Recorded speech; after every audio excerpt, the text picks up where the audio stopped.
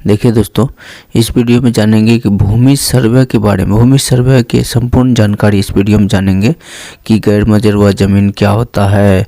अगर आपके कब्जे में ज़मीन है, आपने अभी तक रजिस्ट्री नहीं करवाया है, तो क्या आपका ज़मीन होगा, या फिर रजिस्ट्री नहीं करवाया, खारिज नहीं करवाया, अभी तक मालगुजारी जो उसका अब जो है लगान अभी तक विक्रेता ही भर रहा है, तो वो ज़मीन किसका होगा, आपका होगा या फिर किसका होगा। भूमि सर्वे में संपूर्ण जानकारी जो है वहाँ के पदाधिकारी, अमीन लोग जो है उन सब से जो है जानेंगे सर्वे का पूरा जानकारी। और आपको सर्वे में जो फॉर्म दिया जाएगा, किस तरीके से उस फॉर्म को फिल करना है, किस तरीके से बंटवारा आपको करके उस फॉर्म को भरना है, क्या क्या भरना है, संपूर्ण जानकारी जो है आपको उचित पदाधिकारी के द्वारा दिया जाएगा। आप ध्यान से वीडियो को शुरू से लेकर लास्ट तक ज़रूर देखिएगा, ताकि आपको भूमि सर्वे का विशेष नॉलेज हो सके। तो आप जो है वीडियो को शुरू से लेकर लास्ट तक ज़रूर देखिएगा। और ये भी जानिएगा इसमें कि जो सरकार जो है आपको भूमिहीन को जो सरकार ज़मीन देती है, या फिर जिसका कागजात नहीं मिलता है सर्वे में, उसका जो ज़मीन जो है सर पे जो है सरकारी मुहर लगता है, यानी कि वो जब बिहार सरकार का ज़मीन होता है तो वो किस स्थिति में आपको भूमिहीन को देता है, कौन सी स्थिति में किसको देता है, ये संपूर्ण जानकारी इस वीडियो में आपको मिलेगा। तो प्लीज़ वीडियो को शुरू से लेकर लास्ट तक ज़रूर देखिएगा। और उससे पहले अगर आपने हमारे यूट्यूब चैनल को सब्सक्राइब नहीं किया होगा, तो आप हमारे यूट्यूब चैनल को सब्सक्राइब कर लीजिएगा। तो चलिए शुरू करते हैं आज की वीडियो, जानते हैं सर्वे की संपूर्ण जानकारी को। जमीन भी मेरे कब्जा में। देखिए सर, जमीन अगर आपके कब्जा में है तो अगर कागज उसके पास है, मेरी बात सुनिए, जमीन कागज उसके पास है और जमीन पे कब्जा आपका है, तो आप जो है 1960 के पहले वाला अगर सर्वे का पेपर अपने पास रखे सर, तो ये 60 साल बीतने जा रहा है।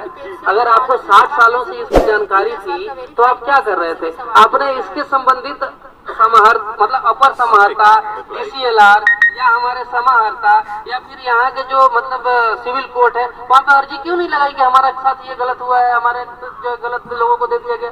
अभी तक आप इसके लिए चुप क्यों थे? जी, हमारे पिताजी को उतना अनुभव नहीं। तो अगर अनुभव नहीं था तो 60 सालों के बाद अभी अनुभव हो गया, अचानक से जाग गए?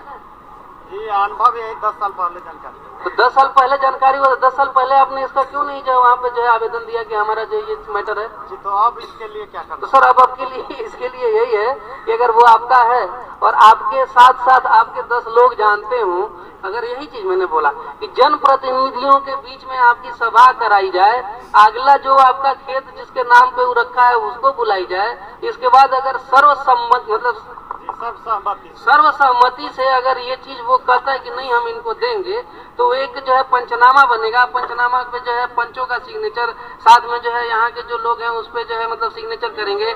इसके साथ साथ यहाँ के जो अंचलाधिकारी हैं, बात समझ रहे ना, वो भी यहाँ पे पक्षकार बन करके साइन करेंगे कि हाँ ये गलती जो है हुआ था इन लोगों के द्वारा, और मेरे सामने ये जो है सभा में जो है स्वीकारा गया और ये इनके नाम से किया जाए, तो मैं सर आपको कर दूंगा। अदरवाइज नहीं, जैसा है वैसे ही रह जाएगा। फिर रजिस्ट्री ले लें तो वो तो अलग मैटर हो गया, वो तो सीधा मैटर हो गया कि आप उससे रजिस्ट्री ले लें। बात समझ रहे ना? जी, एक और मैटर तो बोला जाए जी, 1960 से पहले अच्छा इस जमीन का खेसरा नंबर 2201 था। हाँ। वो लगभग 1 बीघा का प्लॉट। सर्वे के बाद जब प्लॉट में से जब बिक्री हुआ तो हमने 35 डिसमिल हमारे दादा लोग उसमें से रजिस्ट्री कराया। ठीक है, सर्वे नंबर चेंज हो गया, 4012 हो गया अभी वर्तमान में। वह जमीन 35 डिसमिल मेरे कब्जा में भी है, जोत में भी है। लेकिन जब दाखिल खारिज लगभग 50 साल के बाद कराए, रजिस्ट्री है के वाला है, दाखिल खारिज 50 साल के बाद हमने कराए, तो वहाँ पर मात्र 11 डिसमिल बचा हुआ है, 11 डिसमिल किया। सर दाखिल खारिज हो जाने के बाद हम उसमें क्या कर सकते हैं? तो वो नंबर, उस नंबर में नंबर मैं बताता हूँ, मेरी बात सुने। जी, मैंने वही बात बोला अभी, मतलब आप शायद यहाँ आपका ध्यान नहीं था, फिर से मैं आपका ध्यान उस पे केंद्रित कर देता हूँ। ठीक है, अच्छी बात है। जैसे मैंने बोला ना कि कोई जो हमारा पुराना खतियान है, इस सवाल को पप्पू जी भी सुन ले। यही सेम सवाल पप्पू यादव जी है, उन्होंने अभी पूछा है लाइव में, यही सेम सवाल है। ठीक है ना? जैसे कि पहले तो आपको बता दें कि मान लीजिए कि खाता संख्या कोई एक है उसका खेसरा संख्या 20 हुआ, तो उसका रकबा दे दिया उसमें 5 एकड़, तो वो खतियान है। अब खतियान किसके नाम से है ये आप समझ सकते हैं, उसके कितने वंश पीढ़ी उसमें बटी है ये आप समझ सकते हैं। मैंने जो ये चीजें बताई, अब उस पीढ़ी के बटने के बाद जो अंचल के पास रजिस्टर 2 है, आप उसके हिसाब से जमाबंदी रसीद अपना कटवाते होंगे और अपना अपना हक उसमें से लिए होंगे। उसमें जो है हमको लगता है 3 या 4 पीढ़ियां या 3 या 4 लोग उसमें जो है बंटवारा ऑलरेडी परिवार 3-4 घर परिवार ऑलरेडी उसमें कर चुका है और उसमें फिर जो है 4-4 सब में पैदा हो गए होंगे करवाने के लिए। तो सोचिए वो कितने भागों में बटा हुआ, कितना छोटा छोटा वो टुकड़ा हो जाएगा। पेपर में वो दिखाएगा क्योंकि पुराना खतियान है तो उसमें बहुत बड़ा दिखाएगा, लेकिन सोचिए कि ऑन पेपर छोड़ करके अगर वास्तविक भौगोलिक स्थिति पे आ जाए तो सोचिए कि उस जमीन के कितने टुकड़े ऑलरेडी हो चुके हैं और फिर होने जा रहे हैं, क्योंकि जैसे जैसे बंटवारा होगा लोग उसमें टुकड़ा टुकड़ा करेगा। तो ये हम कैसे मान लेंगे आपके कहने से कि आपका है? फिर वही आपको प्रोसेस होना पड़ेगा, सेम वही प्रोसेस से गुजरना है कि आप यहाँ पे बैठिए, उनको बुलाइए, सभा लगाइए, सभा के सामने उनसे बोलिए कि हमारा था, आपने कैसे करा लिया। फिर वो बोलेंगे, आप उनका जो है जो साक्ष्य है वो देखिए, अपना साक्ष्य पेश कीजिए, दोनों के साक्ष्य के ऊपर यहाँ निर्णय लिया जाएगा। अगर निर्णायक ढंग से आपका जमीन वो होगा तो आपको मिलेगा, और नहीं होगा सर तो फिर वापस उनको दे दिया जाएगा। बात समझ रहे हैं ना? तो आप उसके लिए जो है मतलब फॉर्म जो हम लोग देंगे उसको भरिए, आप उसको भर करके दीजिए और अपना दस्तावेज लगाइए कि नहीं हमारा है। बात समझ रहे हैं ना? उसको लगा करके हम लोगों को दीजिए।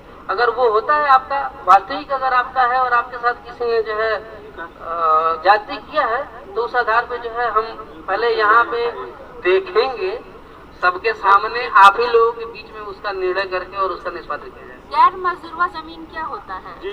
देखिए मैम, गैर मजरूआ 2 तरीके की जमीन होती है। एक गैर मजरूआ आम और एक गैर मजरूआ खास। गैर मजरूआ आम तो बिल्कुल प्योर सरकारी जमीन हो गया, उसमें तो कोई किसी को जो है छू नहीं सकता। गैर मजरूआ खास का मतलब हुआ कि सार्वजनिक रूप से नहीं, लेकिन फिर भी वो सार्वजनिक रूप से, जैसे मान लीजिए कि मतलब बहुत पहले एक राजा हुआ करते थे, उनका एक जो है हवेली हुआ करता था, उस हवेली तक जाने के लिए बहुत लंबा चौड़ा रास्ता हुआ करता था, फिर पीढ़ी दर पीढ़ी बढ़ती गई, उसमें बहुत सारे घर बनते चले गए और वो जमीन जो है उन्हीं के नाम पे रह गया। बात समझ रहे हैं? लेकिन वहाँ पे बहुत सारे लोग रह गए तो सरकार ने उस जमीन को जो है सरकारी घोषित कर दिया। आम रास्ता जो है सबके आम सहमति से उसको जो है कर दिया गया कि नहीं ये उनका खास जमीन है, लेकिन फिर भी ये सार्वजनिक तौर पे जो है चलेगा। मतलब इन्होंने उसको दे दिया, तो उसको जो दिया है वो उस पे यूज कर सकता है। वो गैरमजरूआ खास जमीन को भी अगर कोई चाहे कि हम, अब जैसे कि मान लीजिए कि राजा ने आपको दे दिया यूज करने के लिए और आप सोचिए कि हम उस गैरमजरूआ खास को किसी और के नाम से बेच दें, तो वो नहीं होगा न, वहाँ पे आपकी रजिस्ट्री होगी और गलती से जो है आपने जो है ऐसा कर दिया तो दाखिल खारिज नहीं होगा। और जहाँ अगर आप इस चीज का प्रोसेस बढ़ाएंगे तो वापस वो सरकार के पास जमीन चली जाएगी, क्योंकि अब वो न राजा है और न उनकी जमीन, टोटल जो है बिहार सरकार ही राजा है। तो राजा के डेट में, अभी आज के डेट में राजा कौन? बिहार सरकार। तो राजा के पास राजा की जमीन आ जाएगी, यानी कि बिहार सरकार के पास बिहार सरकार की जमीन आ जाएगी। राज्यपाल के नाम से यहाँ की जमीनें होती हैं। बिहार सरकार का मतलब ये हुआ यहाँ के गवर्नमेंट के गवर्नर। जैसा कि अभी सर बताया, चलेंगे क्या? मेरा क्वेश्चन था कि जैसे 1 बीघा का प्लॉट, हमने आपसे बोला सर वही चीज, आप ध्यान नहीं समझ पा रहे। 1 बीघा का प्लॉट 35 डिसमिल अगला का है, 70 डिसमिल में जमीन है, हमको 11 डिसमिल दाखिल खारिज हुआ, जमीन है उतना। मैंने आपका जवाब दिया है कि अगर आपके पास उसका दस्तावेज है कि आपके पास 35 डिसमिल जमीन है तो आप हमको फार्म भर के दीजिए, हम यहाँ निष्पादित करेंगे।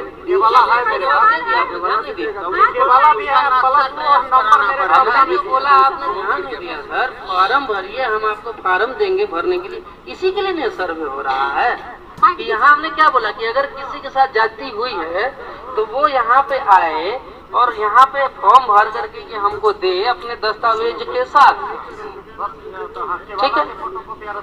हाँ ठीक है। और हम आप समझ गए होंगे ना? सर मेरा सवाल है कि जमीन रजिस्ट्री हो चुका है, चौहदी में जो नाम है तो चारों बगल के चौहदी में पूर्व रास्ता है, वहाँ पर किसी का नाम दिया गया है, रास्ता छुपाया गया है, उसके लिए क्या करना होगा? अगर रजिस्ट्री जो है एक समझिए कि मजिस्ट्रेट के द्वारा ही होता है, बात समझ रहे हैं ना? तो पहले तो जो है आपको उसी समय जब आपको पता चला तो आपको उसके ऊपर आपत्ति वहाँ पे दिखानी चाहिए थी। ये कब की बात है, कितनी पुरानी जमीन है? वही 15 बरस पहले का है। आप सोचिए 15 बरस से क्या कर रहे थे, थोड़ा सो रहे थे। उसके लिए करना क्या होगा? अब करना क्या होगा? अब कुछ कर सकते हैं क्या? कोई रास्ता है? आप जो है मेरी बात सुनिए, अगर वो रास्ता है, अगर वो रास्ता है तो रास्ता होगा तो वो आम रास्ता होगा, बात समझ रहे ना। अगर आम रास्ता पे किसी का नाम दर्शा दिया जाएगा तो उसका जमीन नहीं हो जाएगा, बात समझ रहे ना। अगर वो आम रास्ता है, आम जमीन है, तो वो जमीन किसी और का हो नहीं सकता। तो सरकारी जो रास्ता है तो अब सरकारी रास्ता है तो वही बात मैंने बता दी कि सरकार की जमीन पे तो कोई नहीं दखल दे सकता है सर, तो वो कैसे दे देगा? जमीन पे अगर उसका है तो उसके ऊपर जो है हम तो बस यही कर सकते हैं ना कि उसको बोलेंगे कि भाई ये सरकारी जमीन है, ये आपका नहीं है। हम पेपर बना के उसको दे सकते हैं। अब तो लड़ने की बात तो हम सब नहीं, खाली हम नहीं करा सकते, ये प्रशासनिक पदाधिकारी लोग कराएंगे। लेकिन अगर ऐसा है तो हम उसकी जांच करके, अगर सरकार की जमीन है तो उस तरफ आपका जो है नक्शा दिखा देंगे, आपको जो है बनवा देंगे कि वो जो है सरकारी रास्ता है, ठीक है। अगर कोई खतिहानी जमीन है और उसको किसी और ने बेच दिया, मैम खतियानी जमीन को किसी और ने कैसे बेच दिया? अब पता नहीं, गांव में होता रहता है ये सब। भ्रष्टाचार बहुत है। नहीं तो वो जो बेचा है ना और जो खरीदा है, सीईओ कर्मचारी वगैरह ये सब पैसे लेके मैनेज एक्चुअली करते हैं। मैम देखिए ये आप नहीं बोल नहीं बोल सकते, लेकिन बंदोबस्ती सरकारी जमीन पे अगर बंदोबस्ती करा ली जाती है तो कहीं न कहीं से तो भ्रष्टाचार दिख रहा है। अच्छा अब आपका सवाल ये, चूंकि इन्हीं का सवाल नहीं है, ये पीछे से लिए जी मैम, गए जी मैम, सवाल है, तो आप पूछेंगे। जी मैम। बहुत जगह पर हम देखते हैं कि एक मोहल्ला बसा हुआ है, मोहल्ला बसा हुआ है, कम से कम 25-50 घर है। वहाँ पर उन लोग को जाने के लिए निजी होकर भी वर्तमान में जा रहे हैं। वो मोहल्ला वाला चाहते हैं कि ये निजी होकर हम जा रहे हैं, वो निजी वाले हमको नहीं जाने देते हैं, कहते हैं कि नहीं ये मेरा निजी है, लेकिन उसके आगे उसका 25-50 घर बसा हुआ है। उसके लिए क्या करना पड़ेगा? सोल्यूशन है कोई? सोल्यूशन तो ये सरकार ही जो है पहले से दे रखा है, लोगों को सब शायद इस बारे में जानकारी नहीं होगी। आप किसी का रास्ता नहीं रोक सकते, चाहे वो आपका निजी जमीन हो या सरकारी जमीन अच्छा, ऐसा है हो, क्या? आपको रास्ता उसमें देना ही पड़ेगा। ये अलग मैटर है कि आप उसके बीच सुलहनामा करा करके कुछ उसको पैसा दे करके रजिस्ट्री करवा लें उस जमीन को 2500 घर मिल करके, और नहीं तो वो जो है सरकार के द्वारा जो है उसको रास्ता दिया जाए, दिया ही जाना है। बिना रास्ता कोई घर कैसे रह सकता है? उसको देना है। आगे कहना है सर, सड़क जहाँ अभी वर्तमान में दिख रहा है, लोग आ जा रहे हैं उस वक्त, लेकिन नक्शा में वो नहीं दिख रहा है, वह किसी के निजी होकर जा रहे हैं। सर देखिए मेरी बात सुनिए, जो सड़क की हम सिर्फ जमीन से रिलेटेड बातें आपको बता सकते हैं। सड़क से विषय में अपनी बता। सड़क की जमीन परिवहन विभाग की है, हम जमीन बता सकते हैं, सड़क क्या है ये नहीं बता सकते। आगे बताते हैं, सरकारी जमीन पर कोई पक्का का मकान बना दिया है। नहीं, इससे पहले वाला सवाल रिपीट कीजिए सर, जो है पूछना चाह रहे थे। हाँ, ये मैं अभी सड़क पर हम लोग आ जा रहे हैं। वो सड़क है। हाँ, अभी सड़क है, आ जा रहे हैं, लेकिन वो किसी के निजी में है, नक्शा में नहीं है। नक्शा में नहीं है, लेकिन सड़क का रूप 10 फीट है, वर्तमान में दिख रहा है 10 फीट, लेकिन वह बोला है कि निजी में है, हमारा ये निजी है, लेकिन लोग आ जा रहे हैं वर्षों से। तो उसके लिए जब सर्वे होगा तो उसमें वो लोग क्या करें? उस सर्वे में होगा तो वो हमारे जैसे पहले बता चुके हैं कि इसमें हवाई सर्वेक्षण ने एक नक्शा तैयार कर दिया है। अच्छा, तो उस नक्शा में ये दिखने लगा होगा कि वो सड़क आ गया, तो वो सड़क आ गया तो उसको बिहार सरकार के नाम पे उसका खाता खोला जाना है। अब इसमें ये नया खाता खोला जाना है, तो इसे आपसी सहमति से हो सकती है या बिहार सरकार के जबरदस्ती भी करके वो रोड का जमीन वो ले सकती है। हाँ, वो बिहार सरकार के अंदर में आ जाएगा। उसमें सहमति ये हो सकती है कि जितने लोग का जमीन आता है वो एक रजिस्ट्री पर वो बना के अपना साइन कर दें कि हाँ इसे हम स्वेच्छा से रोड अपने डेवलपमेंट कार्य के लिए इसको हम स्वेच्छा से सरकार की ओर दे रहे हैं। अगर ऐसा नहीं होता है, अगर रोड वहाँ बना हुआ है तो वो बिहार सरकार के नाम पे कर दिया जाएगा। दोस्तों इस वीडियो को ध्यान से देखिएगा, और जहाँ भी आपके क्षेत्र में भी अगर सर्वे होता होगा तो आपको ध्यान देना है कि कौन सी सरकारी ज़मीन है उसको लोग पैसे दे करके या फिर जो अपने नाम खाता खुलवा लेगा, तो इसको आपको ध्यान देना है। इस तरह ढेर सारा फर्जीवाड़ा हो सकता है। अभी के समय में जो अपने ज़मीन पे ध्यान नहीं देगा वो सदा के लिए जो उसका ज़मीन हो जाएगा। बोला गया क्योंकि लोग होते दबंग होते, गांव वाले चुप हो जाते, और अभी के सर्वे में फिर उसके ही नाम से दिखा दिया, तब तो गया सरकारी जमीन। हाँ तब चला जाएगा। हम लोग इसीलिए बैठे हुए हैं, मेरा काम यही है सरकारी जमीन का खाता खोलना। तो कोई नोट कर रहे हैं इस चीज को? मान लीजिए हम लोगों ने दिया कुछ, या हमें पेपर कहाँ देने होंगे उस चीज को तुड़वाने के लिए? सिविल कार्यालय, सिविल कार्यालय। हमारा सिविल कार्यालय जो है सोनवर्षा प्रखंड परिसर में जो बाल विकास परियोजना का ऑफिस है ना, जस्ट उसके बगल वाला। सरपंच साहब, सरपंच लिखिए, हम लोग उसका खाता खेसरा और बताएंगे कि इसको बंदोबस्त करवाया गया और उसकी बंदोबस्ती टूटनी चाहिए, और वो सरकार की जमीन है, सरकार के नाम से कंटिन्यू होना चाहिए, चाहे उस पर 3 मंजिला बना लो या 4 मंजिला बना लो, एकदम लिखिए और शिविर में पहुंचाइए। शिविर कब तक चलेगा? जब तक सर्वे काम आप लोग भी सब सुन लीजिए, अगर आपको भी ऐसी जमीन का पता चलता है जो आपके पंचायत, आपके गांव में है, वो सरकारी जमीन रही है और सरकारी जमीन को किसी ने बंदोबस्ती करा ली है, तो वो बंदोबस्ती अभी टूट सकती है कि सर्वे में, इस सर्वे में जो आएगा फिर वही कंटिन्यू हो जाएगा, उसी की जमीन मानी जाएगी। तो जो लोग भी अगर अपने आसपास ऐसी चीजें देख रहे हैं, वो चाहते हैं कंप्लेन करना, तो उनके ब्लॉक में ये सर्वे अभी बिहार में चल रहा है और जब तक ये सर्वे पूरा नहीं हो जाएगा तब तक चलेगा। तो ऐसे सर्वे को अगर देख लें, क्योंकि इस बार जो रह गया वही रह जाएगा। इस बात पर भी खास ध्यान रखने की जरूरत है कि कर्मचारी और ब्लॉक के अधिकारी यहाँ भ्रष्टाचार न करें। पंचायत के द्वारा रिटर्न में लिख करके ये चीज दिया जाए। तो सभी जो व्यूअर्स देख रहे हैं और हमारे पंचायत के लोग, अगर आपकी जानकारी में है कि सरकारी जमीन थी और उसको लोग कब्जा करके 2 मंजिला 3 मंजिला मकान बना लिया, उससे कोई फर्क नहीं पड़ेगा कंप्लेन जाने से।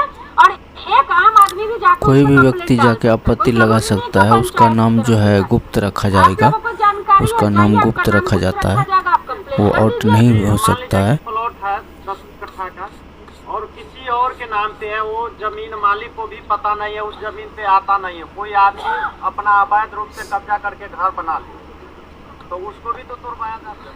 देखिए सरकारी जमीन का मतलब सर बिहार सरकार के नाम से हो, अगर बिहार सरकार के नाम से जमीन नहीं तो उसका क्या निदान? आपकी जानकारी के लिए आपको बता दें कि शायद ये आपको पता नहीं होगा, इसलिए आपने ये बोला। सरकारी जमीन का मतलब सिर्फ बिहार सरकार ही नहीं होता। वो क्वेश्चन थे। सरकारी जमीन का मतलब सर सिर्फ बिहार सरकार ही नहीं होता।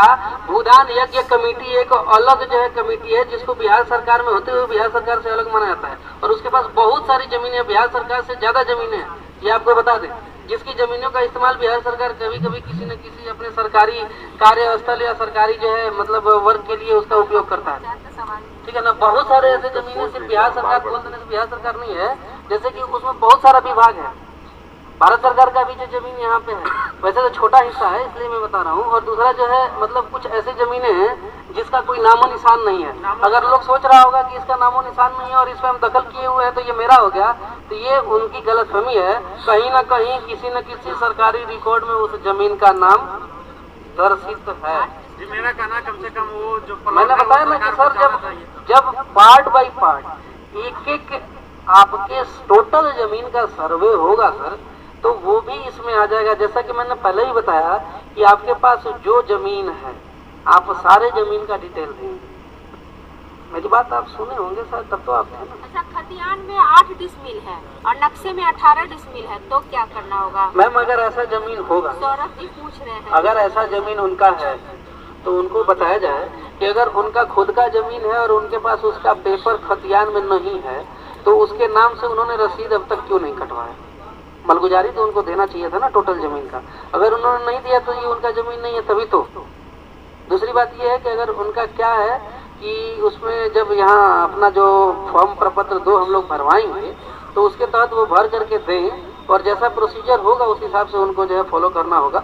फिर देखा जाएगा आसपास के जो लोग हैं, जो चौहद्दी है और जो है बहुत सारी चीजें हैं, सब सत्यापित करने के बाद अगर उनका पाया जाएगा तो उनको मिलेगा, नहीं होगा तो जाहिर सी बात है कि फिर अगर है उनका वास्तविक अगर है तो वही मैं बोल रहा हूँ कि अगर है तो फिर अभी तक उन्होंने रसीद क्यों नहीं कटवाया, फिर आखिर उसको छुपा क्यों रखा? अपने निजी हित के लिए सरकार के आंख में धूल झोंकने का काम। सरकार के आंख में धूल लोग खुद झोंकते हैं और उनके साथ गलत होता है तो फिर लोग सरकार को दोष देते हैं। अच्छा सर, मेरा एक सवाल है, मान लीजिए कोई 3 भाई है और 2 भाई पूरा जमीन को बेच चुका है, तो उस आदमी को हिस्सा नहीं मिल सकता है? सर अगर आप 2 भाई हैं, 3 भाई हैं और आपके जमीन को आपका भाई बेच दिया तो वो आपके बिना, देखिए आपको बता दें, यहाँ आ करके और इस फार्म को भर दें। जो बहुत दूर है उनको भी आना पड़ेगा, क्योंकि ये खेत और खतियान की बात है, ये बहुत इम्पोर्टेंट है। यानी कि जिस तरीके से आपके बेटे बेटियां आपके लिए इम्पोर्टेंट हैं, उससे इम्पोर्टेंट आपका खेत होता है। इसलिए सबको यहाँ आना ही है। फोन पे या सोचेगा कि हम दूसरे के द्वारा ये करवा लें तो ये कतई नहीं होने जा रहा है। उनको यहाँ आना पड़ेगा, अवेलेबल होना पड़ेगा, उनके उपस्थिति के उपरांत ही उनका खाता खोला जाएगा। इसलिए आप लोगों से गुजारिश है कि आप लोग सभी ऐसे लोगों को इत्तिला कर दें, उनको बता दें कि यहाँ सर्वे हो रहा है, आप लोग आइए, इस फॉर्म को भर करके दे दीजिए और अपना जमीन का जो है सत्यापित कराने का जब यहाँ सत्यापन का काम चलेगा तो उनको यहाँ फिर खड़ा रह करके अपने खेत पे जा करके इसका जांच करवाना होगा। साथ में भर के जो देगा ना, जिन्होंने जितना रकबा या एकड़ जो भर के दे उसका सत्यापन भी वो खुद करवाएंगे, और नहीं करवाएंगे तो जाहिर सी बात है कि जितना खेत उनका निकलेगा सर उतना ही उनको मिलेगा। नहीं सर, जो रैयत है जिनके नाम से खाता खोलना है वो खुद वहाँ अवेलेबल रहेंगे, क्योंकि बाद में किसी तरीके का इफ बट किंतु परंतु नहीं चलेगा। बाद में जो है कहेंगे कि हमारा भाई हमारे साथ धोखाधड़ी कर दिया तो हम उसको नहीं मानेंगे, क्योंकि ये सब खेत खतियान की बात है। इसलिए आकर के दे सकता है। शाहनवाज जी को कभी यही रखते हैं। मैम मेरी बात सुने, शाहनवाज जी का 2 गांव मिला हुआ है, इसलिए शाहनवाज जी एक गांव में अकेले मैम अगर 3 दिन यहीं दे देंगे तो ऑफिस का वर्क कैसे होगा? मैम 3 दिन यहाँ और 3 दिन वहाँ दे देंगे तो जो जमा किया हुआ कागज है वो फिर ऑफिशियल वर्क के प्रोसीजर में कैसे जाएगा? तो क्या करना, 3 दिन 2 दिन यहाँ का रखा जाएगा, 1 दिन यहाँ का ऑफिशियल। 2 दिन कौन रहेगा? कौन सा? ये जो है डिसाइड करके मैम आपको जो है बता देंगे। आज ही बता दीजिए, सभी जुड़े हुए हैं, लाइव भी सुने हुए लोग हैं, प्लीज आज बता दीजिए ताकि पूरे सबको इन्फॉर्म नहीं करना पड़ेगा। सोमवार और बुधवार सही रहेगा। सोमवार और बुधवार समय सुबह 10 बजे लगभग, सोमवार और बुधवार को मतलब 11 बजे तक हम यहाँ पे आ चुके हैं। 11 बजे तक आ चुके रहेंगे, सबने सुन लिया ना? सोमवार और बुधवार को 2 दिन आपके अमीन साहब यहाँ ऑफिस में अवेलेबल रहेंगे। 11 बजे तक आप लोग यहाँ आ सकते हैं। 11 से 4 आपको यहाँ पे साहब मिलेंगे, ठीक है? और आप सभी लोगों को जो है जो महत्वपूर्ण सूचना है वो तो मिल गई होगी। किसी का अगर कोई और सवाल रह गया हो तो अभी जल्दी पूछ ले, क्योंकि अभी जो है हम आप लोगों को फॉर्म के बारे में समझाएंगे और फिर हमारे जो अमीन साहब लोग हैं आप लोगों के पास जाकर के इसको बताएंगे और यही बता देंगे कि फॉर्म जो है यही मैम के जो ऑफिस के पास फोटो स्टेट का दुकान है ना, यहाँ पे हम लोग अवेलेबल करवा देंगे। यहाँ से आप लोग इस फॉर्म का जो कलेक्शन ले करके और फॉर्म भर के और इनको सोमवार और बुधवार को दे दीजिएगा। अगर बीच में किसी को दिक्कत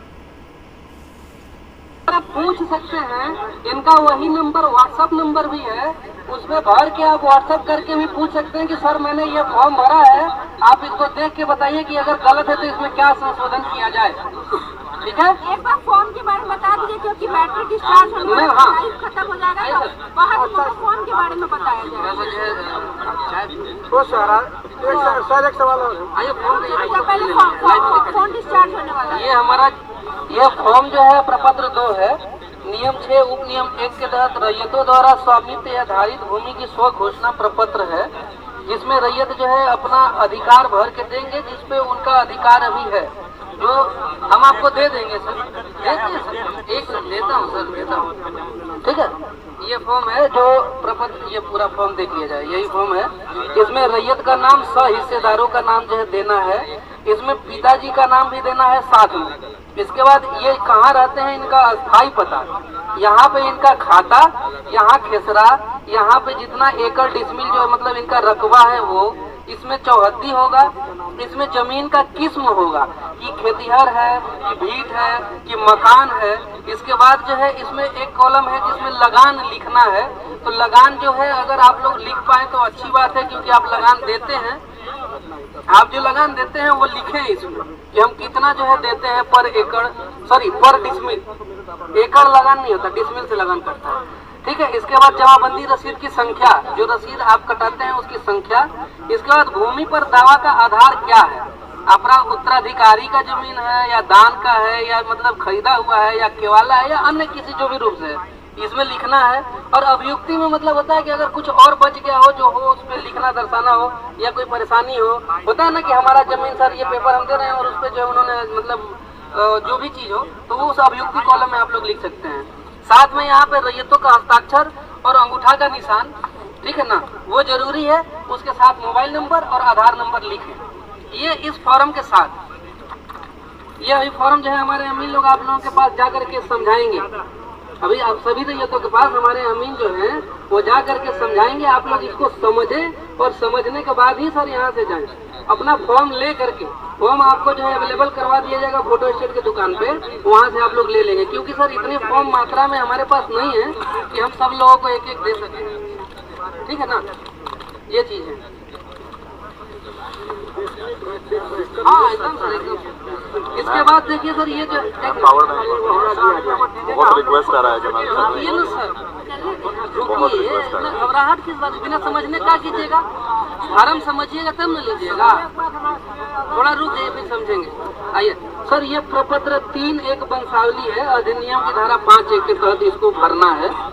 ये वंशावली फॉर्म है, ठीक है, ये वंशावली फॉर्म है। इसमें जो है सिविल प्रभारी या मतलब इनका नाम रहेगा, अंचल जिला और जो स्वयं वंशावली का अर्पित कर रहे हैं उनके संबंध में रहेगा। इसमें जो है भरना है कि जो है देखिए, उपरोक्त विषय के संबंध में सूचित करते हैं, या करते हुए कहना है कि मैं या हम लोग जो रैयत अभी जिंदा हैं जिनका वंशावली बनवाना है, कि वो अपना नाम, इधर अपने पिता का नाम, फिर जो है अगर उनका बेटा है तो इस बेटे का नाम, फिर उनके पिता का नाम, दूसरा बेटा है उनके पिता का नाम, फिर उनके पिता का नाम। यहाँ अगर पुत्रियां हैं और पत्नी हैं तो उस पुत्री का नाम और मतलब पत्नी का नाम, फिर निवासी, ग्राम, पुलिस थाना, अंचल, जिला, जाति।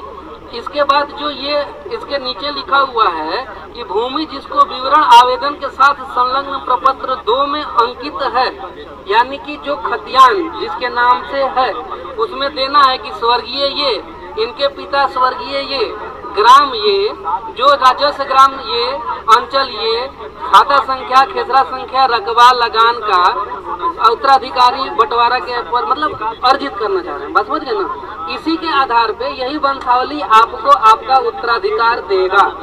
इसके साथ वंशावली का एक और फॉर्म है, लगाना है सर।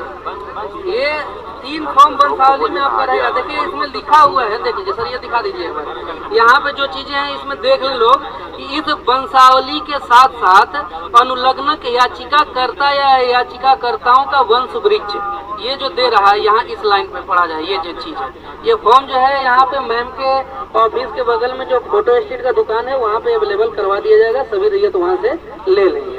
इसके साथ ये फॉर्म है जिसके आधार पे आप लोगों को उत्तराधिकार दिया जाएगा।